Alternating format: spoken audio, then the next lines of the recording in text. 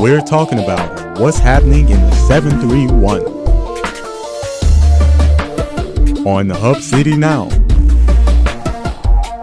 with your host, Tyrone Tony Reed Jr.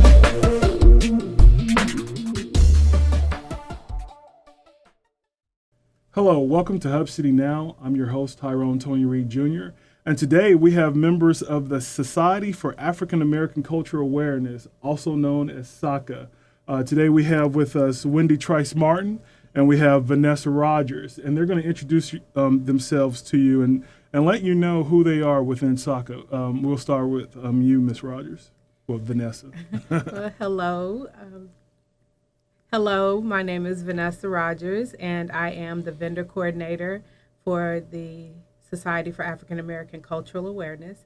I have been with SAACA now for probably about 17 years. Okay. So it's been a while. I've kind of grown up in the organization. Still call myself the baby of the organization, but I've grown up in this great organization. All right. And you, Wendy? Hi, Tony. I am the president of the Society for African American Cultural Awareness, and with our upcoming street festival, I usually run the stage. Okay. And how long have you been with SAACA? This is our 27th street festival, and I've been with the organization for 26 years. Oh, okay. So have you been there since the beginning? Well, since the beginning, I have to tell you the story. Okay. One of my students was a student of James Thies. Okay, yeah, we had him on the show. Okay, James Thies, one of the founding members. His daughter was in my class. Okay. And they were preparing for the street festival, and they were having meetings. I never attended, but I just, was going to take my class. So it was a field trip on a Saturday. Mm-hmm. And once I sent the note home, Mr. Thies found out and saw it, and he said, "Oh, great, I will volunteer cars to make sure, they get there and everything." So the very first street festival, I had 25 students along with my two students to my own two children, and we attended the very first street festival. And after that festival, I started meeting, and I've been with the group ever since, and I've had multiple roles within the organization. Okay. And how did you get involved? Actually, I had just graduated from high school, and I had heard about the festival, and so I wanted to, see what it was about. I actually missed the first several festivals because I didn't know about it. Okay. But when I went to my first street festival, I was like, it was wonderful, and I was I felt home. So I wanted to get involved with the organization, and I met with Miss Manola Patterson, which is one of the founding members, and she said, "Oh, come aboard. We need some new young blood," and I went to a meeting, and the rest is history. When I first joined, I actually became the treasurer of the organization, and now I kind of dibble and dabble between treasurer and vendor coordinator. Okay. All right. Let's see. It says you all have four main objectives in SAACA. The first one is to promote a positive awareness and an appreciation of African American culture. How do you all do that within the organization? Basically, for the organization, we try to promote the African culture in education, teaching. We've done drum lessons, we do drum classes, and we try to expose the community with vendors from Africa and and in our American vendors, and with their culture. And that's one of the things that we do by bringing back the dance, the music, the dress, the food, introducing that to the community. Right. And I know you all do libation. Is that yes, correct? Some of the traditions of Africa we take on. Not only do we do the African Street Festival, but we do other things as well, like the Juneteenth celebration and Kwanzaa, which takes a lot of the African culture that's involved in Kwanzaa. And actually, Kwanzaa was the very first event that the organization has done. So this is our 27th Street Festival, and we'll be coming up on our 28th Kwanzaa celebration. Okay. The second one is educate and entertain members of the African American community in particular and the larger community in general. So it's not just for African Americans, the events that you all have, it's for the entire community. Okay. Yes, we encourage the entire community to come and learn about the African culture. We have things for the children, storytelling, just all sorts of events, activities, hands-on activities for the kids. And like I said, drum lessons and drum classes, and a drum circle we'll have this time. Okay. We just like to encourage people, though, to bring the children, because if you do not bring them, then, they're not educated. We feel like everything is kind of in vain. You have all this preparation going into the festival, and if there's not people there to experience it, then you feel like, well, they missed it. They Right. missed what we were trying to educate them about. Okay. The third one is provide economic opportunity for African Americans. How do you all do that? By allowing the vendors to come set up and sell their products. And where do you all have vendors from? Are they just here in West Tennessee, or are they all over the world? No, they're from all over the world. Okay. We have several African vendors from different countries, Senegal, Kenya, Nigeria, all over the country. But a lot of them have, of course, come to the United States, but this is their livelihood. This is how they make their money, by selling their products and the things that they have to sell. Okay. And we do have local vendors as well. We have our local vendors that have make crafts and baked good items and food items as well. Okay. And the fourth objective that you all have is fostering appreciation for ethnic and cultural diversity. How and you all kind of explained that throughout what you've just said, but how receptive has the community been, and not just the African American community, other people of other race? Because I've actually seen them at the festivals and at some of the events. What has been their response, or what have you all seen or been told? I think other ethnic groups appreciate learning about the African culture, especially the drumming and the music and the art. Mm-hmm. There are a lot of churches here in our city that do mission work in Africa, and we have some people that come and love to buy the great art that the vendors have. Unfortunately, we don't have a lot of the vendors that have maybe the African sculptures that we would like for people to purchase, because people don't purchase those high ticket items, and Right. it's a craft and it's a skilled, and the items are very expensive, but you can get some drums and tables and things like for a reasonable price. Right. All right. Well, we're going to take a quick break, but when we come back, we're going to talk more with Wendy and Vanessa about SAACA's upcoming events and events that they have throughout the year, including the African Street Festival, the 27th annual, which the theme this year is staying true to our roots. So when we come back, we'll talk more about that. We'll be right back.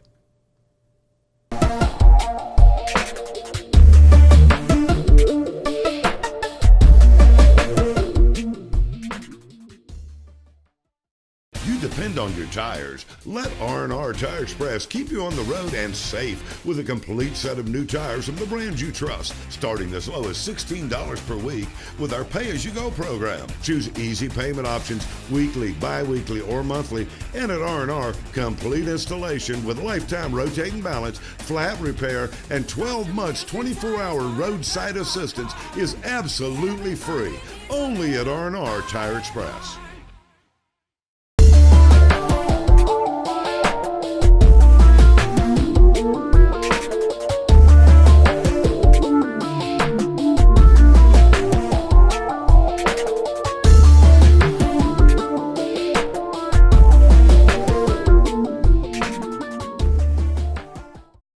Hello, welcome back to Hub City Now. I'm your host, Tyrone Tony Reed Jr., and I'm here today with Wendy and Vanessa with SAACA, the Society for African American Cultural Awareness.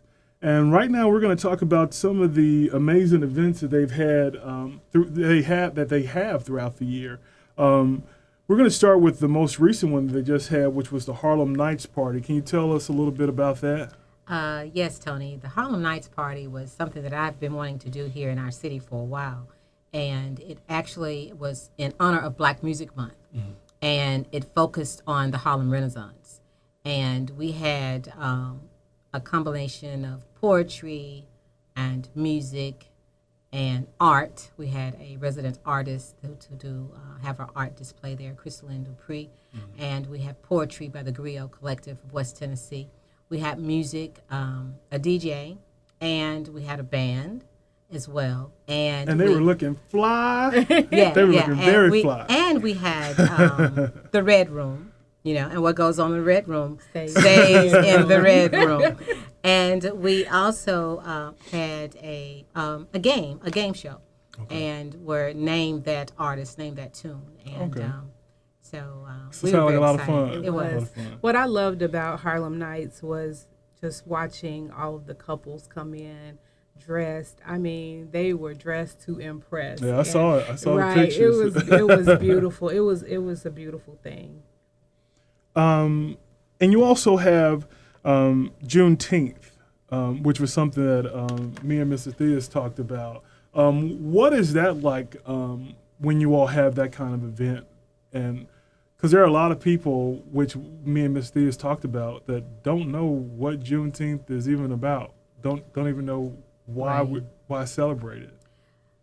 Yes, I would think that. I think Juneteenth has probably been one of our least successful events, even though we've tried different things each year to try to bring it. And it's one of our oldest African American holidays. Right.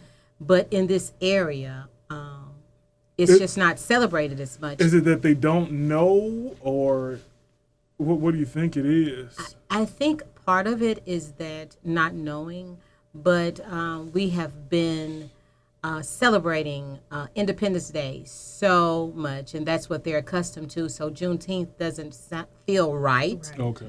But actually in this area, it wasn't June 19th. It was August the 8th. And people in this area had August 8th celebrations. But in Texas, of course, in other states, it was the 19th of June. So that same year, the first Juneteenth, here, ours was August. Is that correct? No, it's June 19th. It's June 19th. It's June 19th. But I'm just saying, for history, in this area, in Tennessee, they celebrated August 8th. Oh, okay. August the 8th. Okay. That's kind of a confusion. Because there were different places, and where freedom, the proclamation, where slaves were freed. So it's just different areas. But we started the Juneteenth because that's the most wide known celebration, and it has been established as a national holiday in some states. Right. Okay. And you also celebrate Kwanzaa. Tell us a little bit about what you all do during those events. During the Kwanzaa. During Kwanzaa is beautiful. The community comes out and they really, really support Kwanzaa. We have people from the community that bring food for our feast at the end of the program, and we have a lot of children involved during Kwanzaa.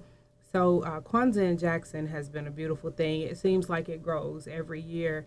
We have to pull out more chairs because, there's more people coming every year. So, and explain Kwanzaa for some of the viewers that don't know what Kwanzaa is. What is Kwanzaa? It's not Black Christmas. No, it does not replace Christmas. It does not replace Christmas, and it's really a cultural celebration. Okay. Kwanzaa is first fruits of the harvest. That's what it means, and it was started by Dr.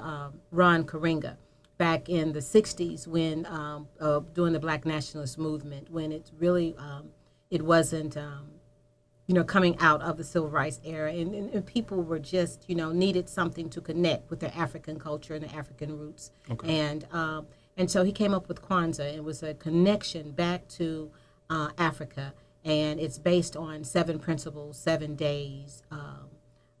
7 principles, 7 days, and there's 7 symbols of Kwanzaa. Okay. And the Karamu feast, and we go through all of those principles, sometimes in one day, but it's become so large that when we started Kwanzaa at first, we would do a different night at different locations throughout the city. Okay. And because we're such a small organization, it was kind of hard on us trying to do Christmas and, family and everything. And we tried to condense everything into one day. But it's grown so that we're going to have to traditionally go back to the 7 days. Okay. So we'll be That's going great. throughout the community, at different churches or community centers. We'll be celebrating Kwanzaa. And what's so, magnificent about Kwanzaa is that it's called on so that people do Kwanzaa celebrations in their home. Okay. And because I know Vanessa does a Kwanzaa night, I do a Kwanzaa night, and I have friends, and some of our Greek organizations have even gotten involved, and they do Kwanzaa celebrations. So Okay. Kwanzaa has been one of those holidays because everyone wants to connect with our African roots, and that's what it is. It's celebrated for 7 days based on 7 principles, but everyone can celebrate Kwanzaa. Right. Even though it's based for the African Americans, but those 7 principles reflect on everyday living for anyone. Okay. All right. And you've also had golf tournaments, an all-black affair, Yes. and a Soul Train. Was it Soul Train party? It was a Soul Train party. Now, what happens at the Soul Train party? Because we all know when Soul Train is on television, everybody like to line up and do their best dance moves. What is that the same with you all? It is. We actually had people dressing in their 70s outfits.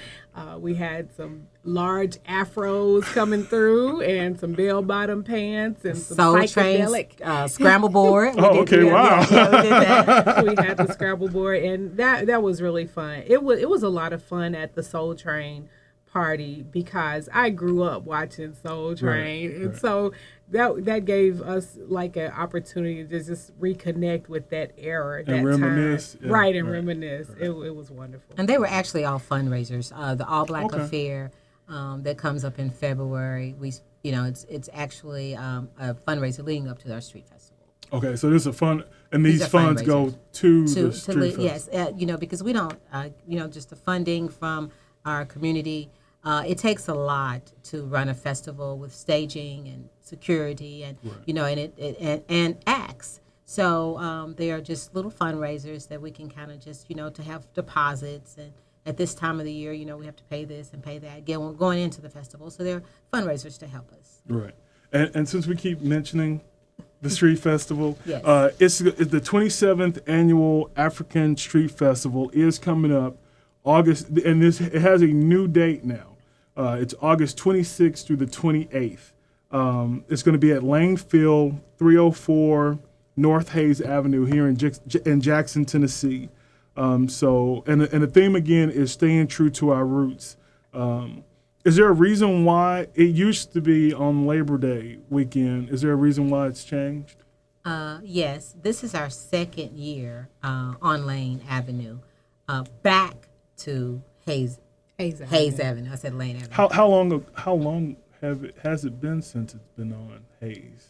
We were on Hayes and we left for 6 years. We went to the Jackson Fairgrounds Park, and we stayed there for 6 years. And the festival never felt like home there. We tried inside of the Fairgrounds Arena, outside of the Fairgrounds Arena. We did all sorts of things, but the people and the community, they wanted the festival back on Hayes Street. And we moved, Tony, because we wanted to keep our festivals safe and we wanted to protect the integrity of the festival. But we outgrew the street and we had to move. We're going to talk more about the African Street Festival when we come back. We'll be right back in just a moment.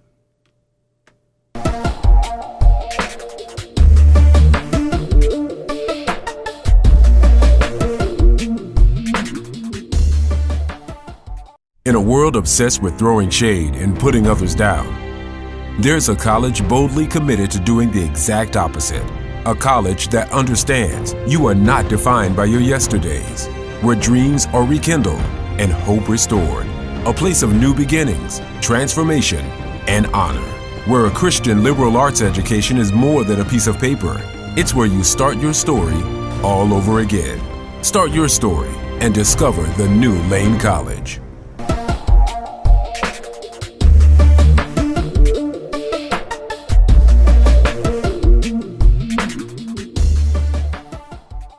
Hello, welcome back to Hub City Now. I'm your host, Tyrone Tony Reed Jr., And I'm here again with Wendy and Vanessa with SAACA, the Society for African American Cultural Awareness. And we're going to spend the next couple of minutes talking about the African Street Festival, which will be held on August 26th through the 28th of this year. Not next year, but this year. It's the 27th annual. They're bringing it back home to Hayes Avenue. And it's going to be a great time because I've been there many times. Many times I had to report on it. But now I'm free, so I can come there and have fun. And you can too. It's here in Jackson, Tennessee. And again, that's August 26th through the 28th. And I'm going to have Vanessa and Wendy talk about what you can expect to see there and what you can enjoy. Okay, well, number one, let's talk about the vendors because, of course, that's kind of special to me since I am the vendor coordinator. So we have local and international vendors with food and merchandise, and I would like to encourage some of our hometown people that would like to be vendors to contact us. We would rather see some of our hometown people get in on this. Right. I'm not saying that we don't want the African vendors here or anything like that. We want to see some of more our participation hometown from the community. Exactly. Right. And so, if you have, I do try to limit the food vendors because you don't want to have a lot of the same thing there. Right. You want a variety. Right. But merchandise vendors, we need you to come on out, and we need the community to come out and purchase from those vendors, right. Once they come in to set up. Yeah, because they got $40 from me one year. It was too many beautiful pictures out there. I couldn't turn them down. I have them on my wall now, and I was so happy. I had to go home and get some money and come back and go, I want that picture. Right. And we have great vendors from all over the country, and hopefully now with this different date, we will have those vendors that will have the beautiful African sculptures, the things, the African mask and things like that. We've kind of been bumping heads with other festivals and events, so we want to make sure that, now with this new date this year, that we will have, vendors with those things. Right, and you were mentioning that that was one of the reasons why it's not on the Labor Day weekend anymore. It's not on the Labor Day weekend because we are, Lane College is one of our sponsors. Okay. And we're using Lane Field where they play football. And they have a scheduled football game on Labor Day weekend. Okay. So it caused us to move the festival after 17 years to August, the last of August. But we're excited about it. And because when we first started, when we changed our date from the end of September, we used to be on the end of September, to Labor Day weekend, there wasn't a lot of events that Labor Day weekend, but now we have competition from Memphis and Nashville and Chicago with some of the bigger venues. And I go to festivals all over trying to, solicit vendors for our organization. And, they want to come, but it's that Labor Day weekend, and they go to a larger market. Right. So we expect this year to have a better selection of vendors. So we're excited about that. Okay. And what are some of the, I see here it says featuring live performances by locally and nationally known R&B, blues, hip-hop, jazz, gospel, and neo-soul artists. Any names that you all want to drop right now? Yes, we have a few names. Our theme this year is staying true to our roots, and last year's theme was going back to our roots because we went back to Hay Street where we started 26 years ago last year, that festival. But staying true to our roots to us means that we're using our local and regional artists because when our festival started, that's who we had. Okay. We didn't have headliners. We kind of graduated to that. Right. And we're just trying to spotlight those people in our community, in our region, that are doing great things, the hip-hop artists, the gospel artists, the bands that we have in our area, and our, so that's what it is. Right. It's going to be fun. And to the audience, I mean, if you can get to Jackson and get to the street festival, it is amazing. I've been there. They go out of their way, as they said, these fundraisers, they are not playing. They're trying to give you the best festival they can possibly give you. They had Tevin Campbell there one year. Everybody know who's Tevin. Or maybe not the young kids, but the older kids and the younger kids know who Tevin Campbell is. Was it Angela Wimbush? Yes. We've had Silk. We've had Slave. See? We've Lakeside. had Lakeside. We've had Public Announcement. I mean, we've had Big Bobby Rob, Rush. Bobby Rush. Bobby Rush. Oh, Bobby Rush. So I mean, we try to bring Montel it to Jordan. the community. Yeah. We try to keep the community entertained. Right. But we have to have funding, and the vendors play a big part in funding the festival, and so that's why, of course, we need the community to come out and support the vendors because, of course, they want to make money. right. So, what's the admission for anybody who wants to come in to this festival and enjoy it? The festival cost is $5, but children 12 and under get in free with an adult. Okay, but we do have days, Saturday and Sunday, where you can get in absolutely free. So that's Saturday 27th, August 27th. Right. What is that time? Right. The hours, though, that you can get in free on Saturday are, of course, from 11 until 4. Okay.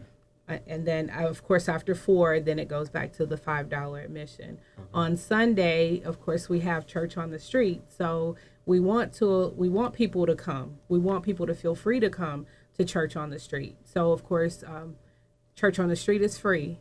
And then we began charging at 1 o'clock, the $5 admission. But children 12 and under get in free with an adult. An adult. All the days. 12 and under. Yes, 12 and that's under. right. 12 Okay. and under.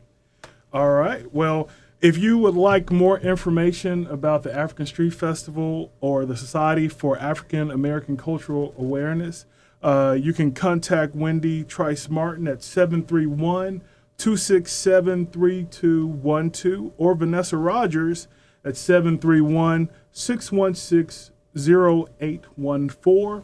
You can also find them on Facebook at the Society for African American Cultural Awareness. And you can also visit their website, SAACA, www.SAACA, that's SAACA.com. Again, that's www.SAACA.com. We really appreciate you all coming here to give us this wonderful Thank you for information. having us. I will so be much, there. I will be there. Great. We're looking For forward to it. the 27th Annual African Street Festival. We're asking everyone to come out and have a great time. Is there something else you want to add? Yeah, we have something new this year at the festival. It's called Patchwork Tales. Okay. And it's actually going to be a youth theatrical experience directed by our own Dr. Jerry Woods. Okay. And so you want to see some good youth theater throughout segments throughout the festival. We're going to feature that as well. Drum classes on Saturday, stilt dancers, Zulu Connection from New Orleans. They haven't been here in a couple of years. They'll be here on Sunday. And our local groups on Friday, Smooth Jazz Progression.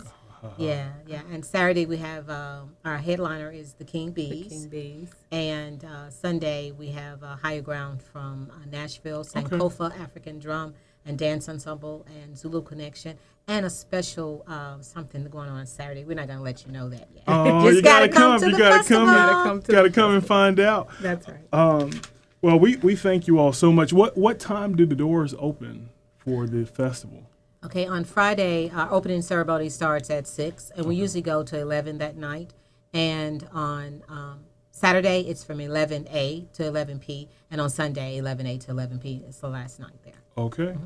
Well, hey, you better get down here to Jackson for this festival on August 26th through 28th, the 27th Annual African Street Festival by SAACA. Well, we thank Vanessa and Wendy for being here today. We also like to thank our sponsors, Baskerville's Funeral Home, R&R Tires Express and Custom Wheels, Styles Menswear, and the City of Brownsville. We really appreciate you all tuning in, and we'll see you next time.